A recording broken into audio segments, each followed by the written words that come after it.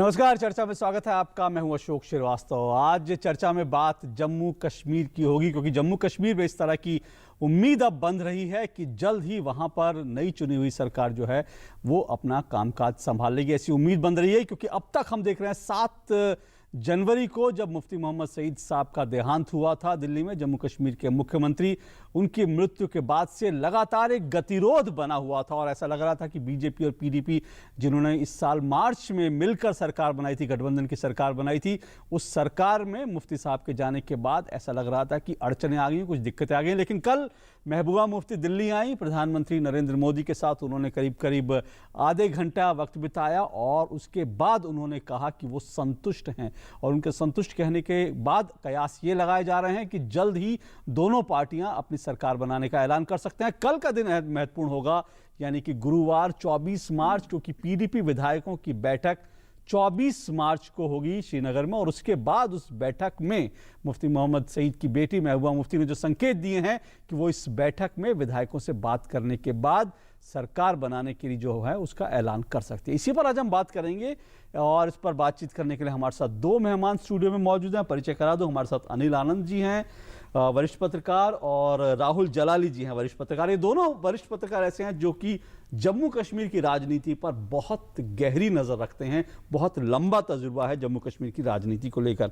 अनिल आनंद जी, जब महबूबा मुफ्ती प्रधानमंत्री से मुलाकात करने के बाद जाती हैं, कहती हैं कि आज मैं संतुष्ट हूँ, काफ़ी संतुष्ट हूँ, मतलब तो साफ लगता है, लेकिन फिर भी आपको लगता है कि अभी कुछ और खुड़पेच या कुछ अड़चनें बाकी हैं, या फिर कल जो बैठक होगी उसमें ऐलान हो जाएगा कि सरकार अब बनने जा रही है? देखिए, 2 पहलू हैं इसके। एक तो जैसे आपने शुरुआत में अपने शुरुआती स्टेटमेंट में कहा कि उम्मीद बंधी है, एक तो उम्मीद बंधी प्रधानमंत्री के साथ मीटिंग हुई, दूसरा ये भी पहली बार हो रहा है कि पीडीपी के एमएलएस की मीटिंग हो रही है। जब से ये गतिरोध बना हुआ है, बीच बीच में बातें आती रही कि सरकार बन रही है, नहीं बन रही है, तो जब तक विधायकों की मीटिंग, विधायक दल की मीटिंग ना हो तो कुछ कहना अटपटा सा लगता है। तो ये 2 किरणें हैं आशा की। एक तो हाईएस्ट कोर्ट में प्रधानमंत्री के साथ बातचीत उनकी हो जाना, और दूसरा एक एमएलएस की, विधायकों की मीटिंग तय कर लेना। मुझे लगता है इसमें पॉजिटिविटी कुछ लग रहा है, लेकिन फिर भी राजनीति है। 1%, जैसे वीरेंद्र सहवाग कहते हैं कि भारत वर्ल्ड कप जीत जाएगा T20, तो 1% वो रखते हैं बारिश के लिए।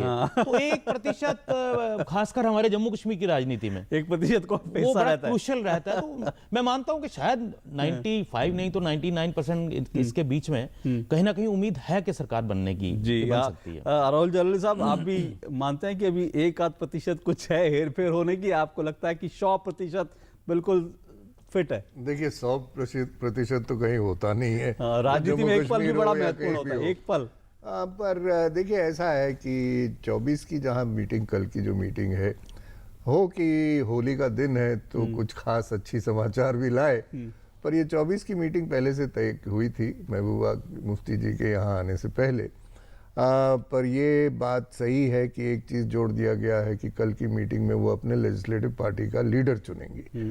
तो वो संकेत काफ़ी है कि सरकार बनने वाली है। एक कोई नाम, चेहरा कोई आएगा सामने, उस पर अटकलें लगाई जा रही हैं कि नाम आ रहे हैं सामने, पर मुझे लगता है बात तय है कि महबूबा बनेंगी चीफ मिनिस्टर।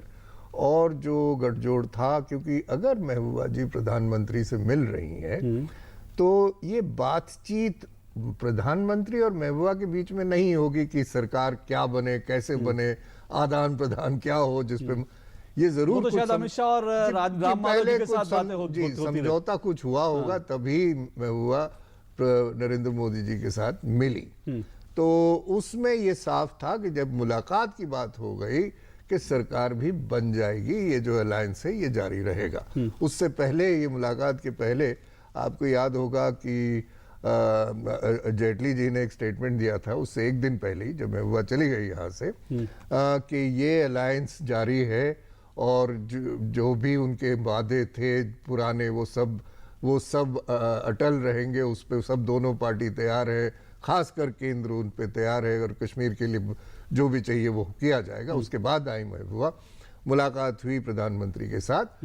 तो कल मुझे लगता है 1% हो या ना हो, पर उम्मीद तो मुझे लग रहा है कि सरकार बनेगी। और जिस किस्म के संकेत आए हैं दोनों तरफ से, बीजेपी से और पीडीपी से कि सरकार बनने वाली है। पर अनिल जी, सरकार अगर बनने कल अगर इसका ऐलान होता है तो जाहिर तौर पर जैसे कि राहुल जी ने कहा होली का मौका है, एक खुशखबरी आ जाएगी, और अगर खुशखबरी आएगी तो ये बीजेपी के लिए खुशखबरी होगी, पीडीपी के लिए खुशखबरी होगी, लेकिन क्या ये जम्मू कश्मीर की आवाम के लिए भी एक तरह से खुशखबरी होगी, क्योंकि वो अब तक झूल रहे थे, एक चुनी हुई सरकार वहां पर नहीं थी। देखिए, हम एक प्रजातंत्र में रहते हैं और प्रजातंत्र का तकाजा है कि जनता की इलेक्ट की हुई गवर्नमेंट जो है, चुनी हुई सरकार जो है वो रहे।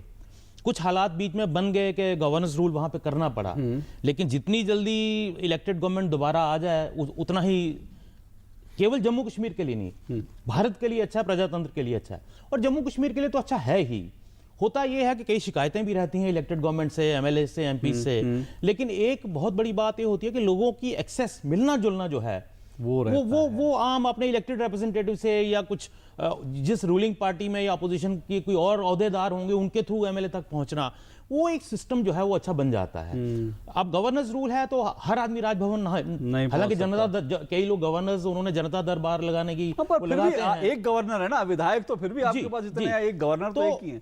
कमियां रही होंगी इलेक्टेड सरकारों में, लेकिन प्रजातंत्र का तकाजा यही। और आपके सवाल का सीधा सीधा उत्तर यह है कि प्रजातंत्र के लिए अच्छा होगा कि सरकार जितनी जल्दी बने उतना ही अच्छा होगा। होपफुल उम्मीद सभी जता रहे हैं, क्योंकि राहुल जलाली साहब अभी हुर्रियत के जो नेता ने भी एक बयान दिया है, वो ये कहते हैं कि मतलब जो बयान आया हालांकि सरकार के उसको नहीं, लेकिन उन्होंने कहा कि भाई जो वाजपेयी जी का विजन था उस विजन के साथ कश्मीर जो है वो की सरकार काम करे। तो कहीं ना कहीं ये दिखा रहा है कि वो सबके लिए एक अच्छा होगा, एक चुनी हुई सरकार हो, एक ऐसा विजन जो वाजपेयी जी का विजन था, और उस विजन को लेकर अगर महबूबा मुफ्ती आगे बढ़ती है, नरेंद्र मोदी के नेतृत्व में आगे बढ़ती हैं, तो पूरे कश्मीर और देश के लिए शायद ये अच्छा होगा। बिल्कुल होगा, क्योंकि वाजपेयी जी का जरूर एक विजन था, और कश्मीर में ये अंदाजा है कि वाजपेयी जी का जो विजन है, क्योंकि देखिए अटल बिहारी वाजपेयी कश्मीर में बहुत ही पॉपुलर नेता है, आज भी सबसे ज्यादा पॉपुलर नेता, आज भी बहुत पॉपुलर है वो, और उनका विजन जो था उसके लिए कश्मीर इंतजार कर रहा है कि उस पर सरकार आगे बढ़े। अभी जो मुफ्ती साहब की जो देहांत हुआ उसके बाद मामला रुक गया था, तो ये बात बिल्कुल सही है। और हुर्रियत का जो आपने कहा है कि हुर्रियत के नेताओं ने ये कहा, उसके माने साफ है कि वो चाह रहे हैं कि बातचीत शुरू हो। और एक खबर ये भी आ रही है सामने कि शायद बातचीत हुर्रियत से करने का भी एक मुद्दा है। अब वो किस लेवल पे होगा, वो स्टेट गवर्नमेंट के लेवल पे होगा या सेंट्रल लेवल पे होगा, ये तो आगे ही पता लगेगा। पर ये साफ संकेत है हुर्रियत की तरफ से कि अगर वो कह रहे हैं कि वाजपेयी जी के विजन को लाया जाए तो जरूर वो बातचीत करने के लिए तैयार हैं, और ये एक चीज ठीक है। अब आगे ये कहाँ चलती है।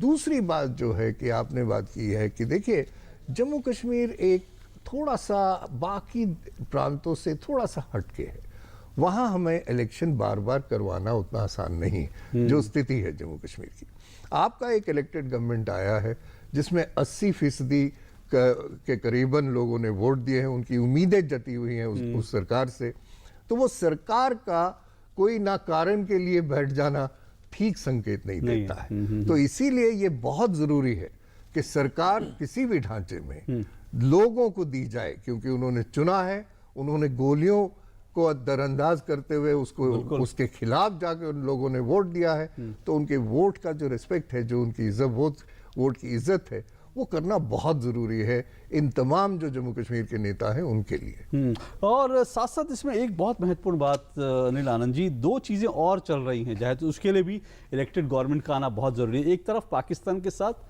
कुछ हद तक धीरे धीरे चीज़ें आगे बढ़ रही हैं, बढ़ाने की कोशिश हो रही है, एनएसएस की मीटिंग हो रही है, सार्क का सम्मेलन भी इस साल होना है, पाकिस्तान में होना है, प्रधानमंत्री के जाने की उम्मीद है वहाँ पर।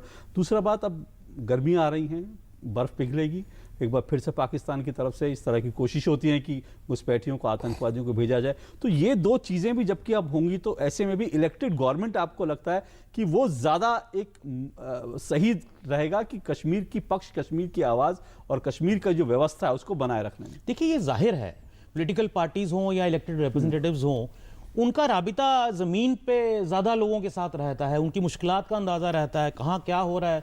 अगर कोई बॉर्डर एरिया की कॉन्स्टिट्यूंसीज के कोई एमएलएज हैं तो शायद सिक्योरिटी अमला तो अपना काम करता रहता है, चाहे गवर्नर्स रूल हो, चाहे प्रेसिडेंट्स रूल हो, या चाहे इलेक्टेड सरकार हो। लेकिन मुझे लगता है कि वो लोगों से कनेक्टिविटी और लोगों के थ्रू पूरे हालात पे नज़र, वो एक बड़ा अच्छा मैकेनिज्म बनता है अगर इलेक्टेड रिप्रेजेंटेटिव अपना काम, अपना दायित्व अच्छी तरह से निभाएं। और मेरा मानना है कि इस जो 2-3 महीने का गैप हुआ, क्राइसिस हुआ, इसके बाद जो पॉलिटिकल पार्टीज हैं, खासकर रूलिंग अलायंस में जो हैं और जो उनके इलेक्टेड रिप्रेजेंटेटिव्स हैं, इनका दायित्व और भी बढ़ गया है। लेकिन ये जो हम लगातार 2-3 महीने की बात कर रहे हैं, इस बीच जो तल्खियां बढ़ी, आपको लगता है कहीं ना कहीं ये एक हर्डल या रुकावट के रूप में आ सकती है, क्योंकि या फिर कह सकते हैं कि ये एक बीती ताही बिसार दे की बात हो जाएगी? नहीं, देखिए, ये बिसारने वाली बात नहीं है, बहुत सीरियस मसला है और इसका विश्लेषण करना होगा दोनों पार्टनर्स को कि आखिरकार क्या हुआ, ये असमंजस क्यों हुआ। ये मुझे लगता है कि ट्रांसपेरेंसी की कमी थी, ट्रांसपेरेंसी की 2 लेवल पे कमी रही और मुझे लगता है विश्लेषण हो भी रहा होगा। प्रधानमंत्री की अदालत तक जब पहुंच गई बात तो पूरा विश्लेषण हुआ होगा, प्रधानमंत्री जी ने भी सब कुछ देख के फिर ही महबूबा जी को इनवाइट किया होगा कि आप आइए, उसको आगे बढ़ाएं। विश्लेषण ये होना चाहिए कि ट्रांसपेरेंसी की 2 जगह मुझे लगता है कमी रही और अब जरूरत उसकी पूर्ति करनी चाहिए। ये इंटर पार्टी और इंट्रा पार्टी दोनों लेवल पे, दोनों अलायंस पार्टनर्स इंटर पीडीपी और बीजेपी के बीच में, और दूसरा intra party with in PDP and with in BJP. तो मुझे लगता है कहीं ना कहीं ट्रांसपेरेंसी ज्यादा आ जाए, शक्को शुबा ना रहे, उस पे विश्लेषण करके कुछ ना कुछ मैकेनिज्म बनाना चाहिए दोनों अलायंस पार्टनर्स को, ताकि उस वजह से सिस्टम ना रुके। आप सहमत हैं? अगर अंडरस्टैंडिंग अलायंस पार्टनर्स की अच्छी होगी तो फिर गवर्नेंस आगे अच्छी चल सकती है। अंडरस्टैंडिंग गवर्नेंस के लिए बड़ी जरूरी है, नहीं तो फिर अगर एक दूसरे की टांग खिंचाई होगी तो फिर गवर्नेंस नहीं होगा। कश्मीर में सबसे बड़ी जरूरत गवर्नेंस की है। पहली बात तो ये है कि इनकी एक कोऑर्डिनेशन कमेटी बनी थी जब पहले बार सरकार आई थी, जब मुफ्ती साहब ने अपना कुर्सी संभाली, तो वो कोऑर्डिनेशन कमेटी का क्या हुआ किसी पता नहीं, वो चल नहीं पाई। दोनों पार्टियों ने बनाई थी स्टेट लेवल पे एक कोऑर्डिनेशन कमेटी कि दोनों पार्टियों के बीच में तालमेल रहे गवर्नमेंट के मुद्दों को लेके, पर वो कोऑर्डिनेशन नहीं लगता। आपने देखा होगा जो जिस किस्म से राजनीति चली है जम्मू कश्मीर से, जम्मू की बात कुछ अलग से हो रही थी, कश्मीर की बात अलग से हो रही थी, दोनों पार्टियों के बीच में कई दफा डिफरेंसेस भी आए कई मुद्दों पे, पर तब मामला अलग था। तब मुफ्ती साहब और नरेंद्र मोदी थे जिनके बीच सीधी बात होती है। बिल्कुल, मुफ्ती साहब थे, वो मामला अलग था। अब मामला अलग है, अब महबूबा मुफ्ती है, पहली बार वो सरकार के किसी ओहदे पे बैठेंगी, तो उस तरह से वो एक अनट्राइड अनटेस्टेड जिसे कहा जाए चीफ मिनिस्टर होंगी, और खासकर कश्मीर की। तो मुझे लगता है कि ये जो कोऑर्डिनेशन कमेटी तब बनी थी, उसको उसी चेहरों को या दूसरे किसी चेहरे के रूप में उसे रिवाइव करना चाहिए कि ये जो बातचीत होती है कि अभी भी कई डिमांड्स आए, पीडीपी की तरफ से कई डिमांड्स आए, और वो डिमांड का क्या हुआ कुछ मालूम नहीं है कि क्या अभी वो फुलफिल हो रहे हैं नहीं हो रहे हैं, क्योंकि ये साफ था कि वो बैठ जाए, चीफ मिनिस्टर बन जाए, मुख्यमंत्री बने, उसी के बाद जो चाहिए कश्मीर को या जम्मू को वो मिल जाएगा। लगता है कि शायद उसी पे बात चली है, समझौता वहीं हुआ है, और बहुत अच्छी बात है कि ये बात हो चुकी है। तो एक कॉन्फिडेंस उससे शायद रिस्टोर हो जाए कि जो अलायंस जो मुफ्ती साहब के साथ वादे किए गए थे वो वादे कहीं जाने नहीं वाले हैं। तो महबूबा जी शायद मान गई है, और उनको उस बात से ज़रूर प्रधानमंत्री के साथ मिलने के बाद उन्हें लगता है कि एक कॉन्फिडेंस मिली है कि ये सब जारी रहेगा, उन्हें जो चाहिए होगा वो मिल जाएगा। पर कई मुद्दे आएंगे आगे, कश्मीर में मुद्दे आते रहते हैं, तो इसीलिए ये कोऑर्डिनेशन कमेटी, बिल्कुल आपसे कह रहे हैं आगे क्या मुद्दे आएंगे, इंपॉर्टेंट है। कोऑर्डिनेशन कमेटी एक बनना वो बड़ा जरूरी है, पर आगे के मुद्दे जो आएंगे उस पर बात करेंगे, पर इस ब्रेक के बाद।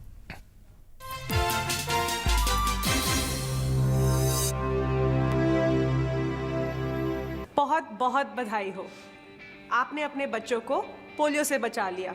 लेकिन जब तक दुनिया में पोलियो का एक भी केस है, पोलियो का खतरा बना हुआ है। इसीलिए अब सरकार देश में पोलियो इंजेक्शन की शुरुआत कर रही है, ताकि आपके बच्चे को मिले डबल सुरक्षा। अब अपने 1 साल से छोटे बच्चे को टीकाकरण सत्र में पोलियो की 3री खुराक के साथ जरूर दिलवाएं पोलियो का इंजेक्शन। क्यों राधा, इससे क्या होगा पता है ना? हाँ दीदी, पोलियो से डबल सुरक्षा हमेशा के लिए। याद रहे, पोलियो की 3री खुराक के साथ जरूर दिलवाएं पोलियो का इंजेक्शन।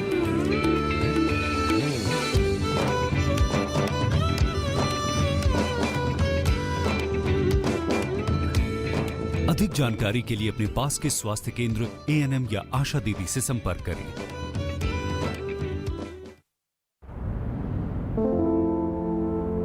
मैं अमिताभ बच्चन आज आपके सामने वो कहने जा रहा हूं जो मैंने पहले कभी नहीं कहा। मैं एक रोगी हूं, हेपेटाइटिस बी का रोगी।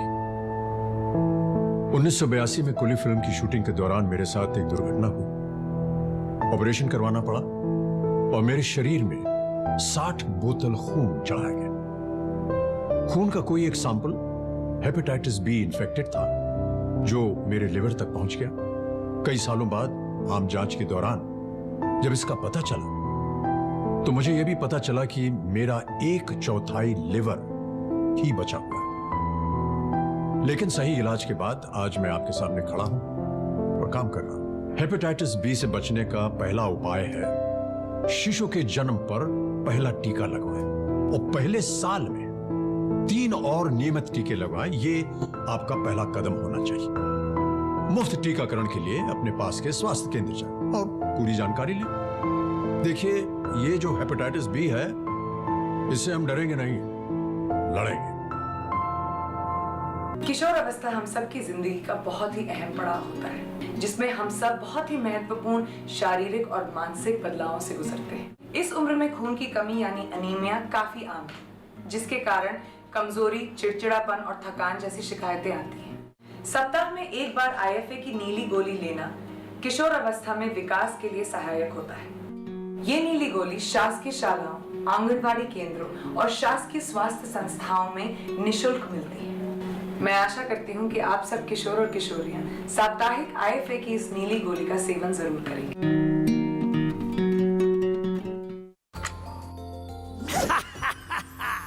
आज मेरा एग्जाम है। अच्छा होगा David, good luck.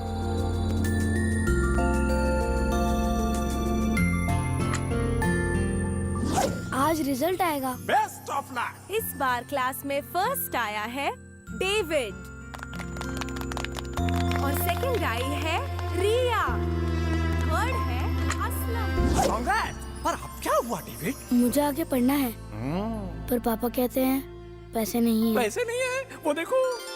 Pre matric scholarship scheme. Pre matric scholarship अल्पसंख्यक समुदाय के उन बच्चों के लिए है जिनकी सालाना पारिवारिक आय 1 लाख रुपए से कम है और जिन्होंने पिछली कक्षाओं में 50% अंक प्राप्त किए हैं, और लड़कियों के लिए 30% स्कॉलरशिप निर्धारित है।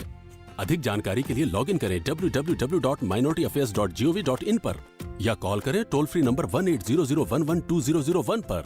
सबका साथ, सबका विकास। गांव का स्कूल अब समय पर खुलता है, शिक्षक भी नियम से आते हैं, गांव का स्वास्थ्य केंद्र, डाकघर, बैंक सब सुचारू रूप से चल रहे हैं। रोजगार के अवसर भी बढ़े हैं और ये सब मुमकिन हुआ है प्रधानमंत्री ग्राम सड़क योजना के कारण। गांव शहर को जोड़ते, राह विकास की खोलते, गांव-गांव में बनी सड़क, प्रधानमंत्री ग्राम सड़क। गांव-गांव का विकास प्रधानमंत्री ग्राम सड़क योजना के साथ। ये चांदनी का चौक है। ये रविंद्र का सेतु है। मारीना का बीच है ये आजाद का मैदान है।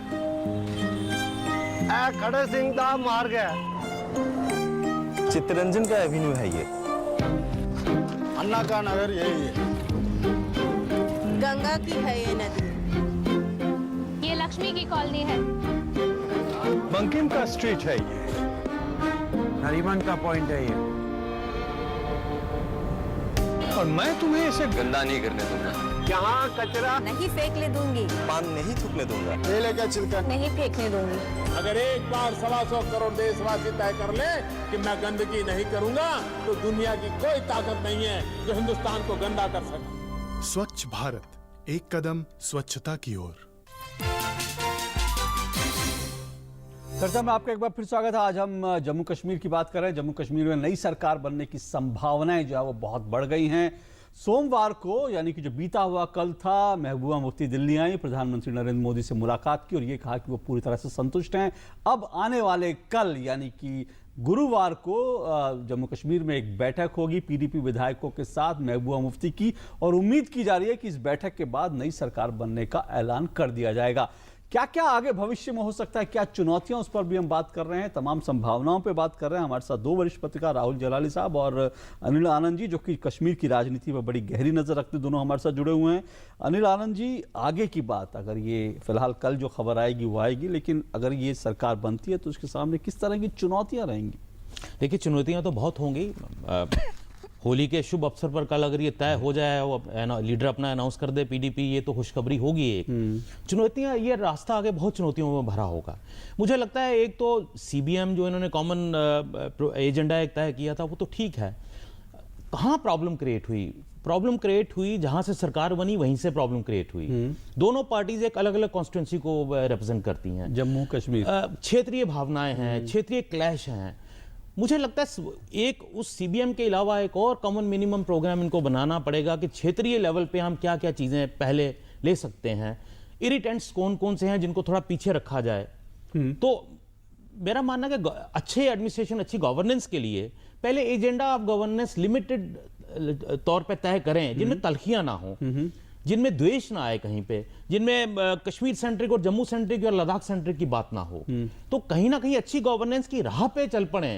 बाकी मुद्दे आपको एड्रेस करने पड़ेंगे, लेकिन जिस तरह के पीछे हुआ, आप शुरुआत में ही अगर मुश्किलात में अपने आप को ढाल देंगे तो सिस्टम चलना मुश्किल हो जाएगा। राहुल जलाली साहब, सिस्टम को तो चलाना पड़ेगा और बढ़िया तरीके से चलाना पड़ेगा। जम्मू कश्मीर की बात है, यहाँ की आवाम की बात है, आवाम की बेहतरी की बात है। तो सवाल जो बात अनिल जी ने उठाई वो बहुत इंपॉर्टेंट है कि ये ना रहे कि हम जम्मू कश्मीर के बीच, हमने देखा लगातार एक खाई जो है वो बनी है, तो वो खित्तों के बीच खाई ना हो, ये भी नई सरकार के सामने सबसे बड़ी चुनौती रहेगी। जी बिल्कुल, ये रहेगी। और क्योंकि क्या अभी देखिए, बात तो ये हुई थी कि ये सरकार पीडीपी और भाजपा का जो अलायंस हुआ था वो इसलिए हुआ था कि जम्मू और कश्मीर के बीच में जो फासला था उसे कम करने के लिए। पर वो फासले क्या कम हुए, सवाल ये है। मुझे लगता है कि बात यूं रही कि भाजपा ने जम्मू को संभाला और पीडीपी ने कश्मीर को संभाला। दोनों ने मिलकर दोनों क्षेत्रों को नहीं संभाला। यहाँ एक बहुत बड़ी गलती रही है इनकी। आगे चल आप कह रहे हैं कि जो जम्मू के मुद्दे हैं वो पीडीपी को भी एड्रेस करने चाहिए और जो कश्मीर के मुद्दे, श्रीनगर के मुद्दे हैं, वो बीजेपी को भी एड्रेस करने चाहिए। और दूसरी बात जो सबसे बड़ा चैलेंज रहेगा इनके सामने वो है आतंकवाद का मुद्दा। क्योंकि आतंकवाद, ये एक बड़े संकेत आए हैं। आपने भी कहा कि जब मौसम बदलेगा तो आतंकवाद बढ़ेगा, और अभी संकेत देख रहे हैं आपके हर दूसरे तीसरे दिन कोई ना कोई एनकाउंटर। तो ये मुद्दा बहुत सामने बिल्कुल उभर के आएगा जब ये सरकार आएगी। अभी संकेत उसके काफी हैं, तो उसके तरफ ये कैसे करेंगे, क्या करेंगे, वो एक बहुत बड़ा सवाल होगा। तीसरा जो रीजनल एस्पिरेशंस हैं, जम्मू में भी कई खित्ते ऐसे हैं, कई रीजन्स ऐसे हैं जहाँ पे प्रोमिसेस बहुत की गई। मैं एक चीज़ बताऊं कि जम्मू के जो फार फ्लंग एरिया हैं, दूर दराज के एरिया हैं, कई जगहें हैं, उनको एक टूरिज्म का प्लान दिया गया। बड़े रस्तों की प्लान की गई कि जम्मू के एक रीजन है उसको हिमाचल के साथ जोड़ा जाए, वहाँ से एक रास्ता बनाया जाए। फिर कई जगहें हैं जम्मू में जिसको टूरिज्म हब बनाए जाने की बात हो रही थी। ये सारे मुद्दे आगे चले नहीं, ये सारे रुक के रहे। दूसरा, जहां तक कश्मीर का सवाल है, फ्लड रिलीफ की जो बात हुई है, उस पर भी कोई खास आगे गाड़ी बढ़ी नहीं। तो ये सारे चीज जो मिलकर देखना है, और एडमिनिस्ट्रेशन लोगों को मिले, लोग क्या चाह रहे हैं कि उनकी जो मुसीबतें हैं, और जम्मू कश्मीर स्टेट काफी मुश्किल से गुजरा है, उनके लिए कोई ऐसा एक सरकार आए जो उस मुश्किलों को हल के मुद्दों को एड्रेस कर सके। अनिल जी, ये मुद्दे वो बहुत बड़ा एक चैलेंज, लोगों के मुद्दों को एड्रेस करना, और साथ साथ जो जम्मू कश्मीर के युवा, अगर कहीं ना कहीं जो ऐसे युवा जो कि भटक गए या फिर जो मेन स्ट्रीम में आना चाहते हैं पर उनको गुड गवर्नेंस नहीं दिखता, उनको लगता है गुड गवर्नेंस नहीं है तो मेन स्ट्रीम में, तो ऐसे लोगों को भी एड्रेस करना, ऐसी चिंताओं को एड्रेस करना बड़ा बिल्कुल। देखिए, गुड गवर्नेंस नहीं थी, इसीलिए बहुत सारी प्रॉब्लम्स हैं जम्मू कश्मीर में। गुड गवर्नेंस होती तो मैं नहीं कह रहा हूँ कि मिलिटेंसी का एक अलग रीजंस हैं, वो एक डिबेट ही अलग है, लेकिन कुछ कमी होती उन चीजों में, या कुछ आशा की किरणें जब नजर आती हैं तो लोग एंगेज करते हैं अपने आप को। मैं एक छोटी सी बात और ऐड करना चाह रहा हूं। राहुल ने बड़ी अच्छी सजेशन दी कि बीजेपी को कश्मीर के, चूंकि वो जम्मू को रिप्रेजेंट करती हैं, तो वहां का कश्मीर का सोचना चाहिए, और पीडीपी को जम्मू का सोचना चाहिए। जम्मू कश्मीर की राजनीति जो रीजन्स में बंटी है बहुत खतरनाक है, ये बहुत सेंसिटिव है। ये जो प्रपोजल है इसमें भी खतरा है। अगर बीजेपी कश्मीर का सोचना शुरू कर दे बिना किसी प्लान के तो उनका अपना धरातल हिलने लगेगा। अगर पीडीपी करेगी तो उनकी भी जो है सपोर्ट में मैं एक मिनट अपनी कंप्लीट करूं, मैं उस पर आ रहा हूं। मेरा ये मानना है, ये आइडिया बहुत अच्छा है। मेरा ये मानना है कि अगर दोनों मिलके जम्मू और कश्मीर दोनों का सोचें, अलग अलग सोचने के बजाय एक ऐसी कोऑर्डिनेशन कमेटी हो या मिनिस्ट्रियल कमेटी हो, और उसमें ये अच्छा लगेगा कि उस कमेटी में अगर बीजेपी के कोई मंत्री उठ के अगर कश्मीर की ज्यादा बात करें या पीडीपी का कोई मंत्री उठ के जम्मू के टूरिज्म की ज्यादा बात करें। जो आप कह रहे हैं बहुत चुनौती है कि दोनों खित्तों को लगना चाहिए, और दोनों खित्तों को हम लद्दाख को भूल जाते हैं, तीनों खित्तों को लगना चाहिए कि उनकी बात नहीं है कि बीजेपी को कश्मीर की सियासत करनी चाहिए, वहां नहीं। मैंने सियासत की बात नहीं की, मैंने सिर्फ बात करने की बात की। सरकार आप जब दे रहे हो, हाँ, तो गवर्नेंस की, बिल्कुल, तो ये ना हो कि पीडीपी कट के उस सरकार में सिर्फ कश्मीर के मुद्दों को एड्रेस करे और बीजेपी कट के पूरे राज्य, बिल्कुल पूरे राज्य की आवाज सोचना है। और दूसरी बात देखिए, जम्मू कश्मीर सिर्फ जम्मू और कश्मीर नहीं है, वहां एक तीसरा लद्दाख भी है, लद्दाख। मैं वही कहा, तो ये पूरे राज्य के बारे में लद्दाख, करगिल, इनके भी डिमांड्स हैं, इनको आप भूल नहीं सकते। जी बिल्कुल। तो इनके आपको तीनों जो खित्ते हैं उन जम्मू कश्मीर का सरकार बनना पड़ेगा, एकदम जम्मू कश्मीर की सरकार हो, किसी खित्ते की सरकार का जो नुमाइंदा है उसे जम्मू कश्मीर के बारे में मेरा कहने का मतलब बिल्कुल बिल्कुल, और बीजेपी जो है उसको जम्मू कश्मीर के बारे में बिल्कुल बिल्कुल। जो सरकार है जाहिर तौर पर पूरे राज्य की सरकार है, जम्मू कश्मीर लद्दाख जो तीनों अलग अलग क्षेत्र हैं, वहां की जनता को लगना चाहिए कि उनके जो मुद्दे हैं, उनके जो मुश्किलें हैं, उनको एड्रेस किया जा रहा है। गुड गवर्नेंस का होना बड़ा जरूरी है। चुनौतियां बहुत रहेंगी, लेकिन उन चुनौतियों पर हम फिर भी बात करेंगे। फिलहाल हमें कल का इंतजार करना है कि कल क्या बड़ी खबर आती है पीडीपी के खेमे से, उसका इंतजार रहेगा। फिलहाल इस चर्चा में इतना ही। बहुत बहुत शुक्रिया आप दोनों यहाँ पर आए। धन्यवाद। चर्चा में बस इतना ही। आपसे फिर मुलाकात होगी किसी और मुद्दे पर। फिलहाल इजाजत दीजिए, नमस्कार।